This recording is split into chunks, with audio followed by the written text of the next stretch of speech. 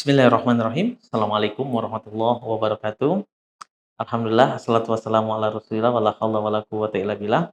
Kita kembali dalam acara ngopi bareng Ude, ngobrol perkara iman bersama Ustadz Dedi Sanjaya.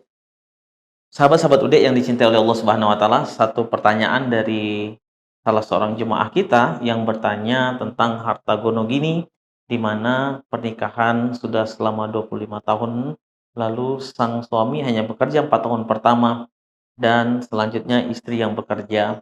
Lalu terjadi tolak perceraian.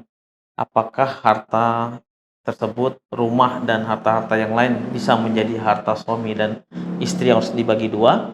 Kita jawab hadis dari sahabat Umar radhiyallahu anhu qala Rasulullah sallallahu alaihi wasallam abghadul halali at-talaq. Al hadis rawi Imam Abi Daud wa Sahih Hakim.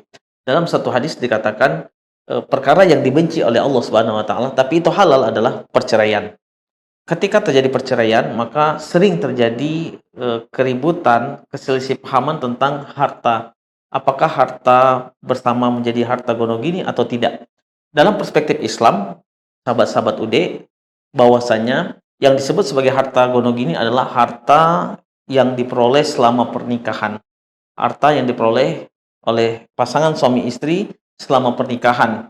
Dan kalau kita buka dalam Al-Quran dan hadis, tidak ada satu nas Quran dan nas hadis pun yang secara sharih, yang secara spesifik mengatakan harta gono gini harus dibagi menjadi dua, 50% untuk suami, 50% untuk istri, yang ada di dalam kompilasi hukum Islam, Undang-Undang Pernikahan nomor 97 dalam Peradilan Agama. Disebutkan bahwasanya harta selama pernikahan antara seorang laki-laki dan perempuan sampai hari perceraiannya adalah harta bersama, harta gono gini.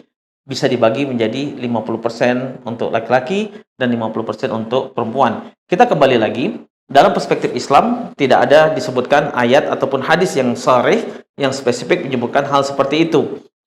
Harta ketika suami itu bekerja dan istri bekerja, maka bisa disebut sebagai harta gono gini, harta bersama. Tetapi ketika suami itu bekerja, sedangkan istrinya tidak bekerja, dan tidak ada perjanjian di dalamnya, ketika suami berkata, kerja abang, hasilnya juga menjadi hasil milik adik sebagai istri abang. Maka ketika itu diucapkan, sampai nanti misalkan mereka berpisah cerai, terjadi talak perceraian, maka harta itu adalah harta bersama, disebut dengan harta gono gini dan bisa dibagi menjadi dua bagian, 50% suami, 50% istri. Atau harta gono gini juga bisa diperoleh dari sang suami bekerja, sang istri juga bekerja. Maka ketika terjadi perceraian, harta ini bisa dibagi menjadi dua, setengahnya suami dan setengahnya istri. Tapi ketika suami tidak bekerja, yang bekerja istri, maka harta tersebut tanpa ada perjanjian adalah milik istrinya. Atau juga sebaliknya, suami yang bekerja, istri tidak bekerja, tanpa ada perjanjian, harta itu adalah harta bersama, maka harta tersebut adalah milik suaminya. Ini dalam perspektif hukum Islam. Lalu kalau kita berbicara tentang kompilasi hukum Islam, maka harta yang diperoleh oleh sang suami atau sang istri, bekerja salah satunya atau bekerja kedua-duanya, menjadi harta milik bersama. Bisa dibagi 50% harta tersebut untuk suami dan 50% harta tersebut untuk istri.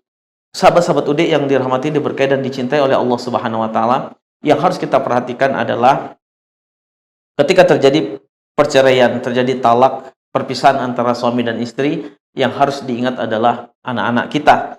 Jangan sampai terjadi permusuhan di antara kita gara-gara harta, sehingga anak-anak kita juga teraniaya dan terzolimin.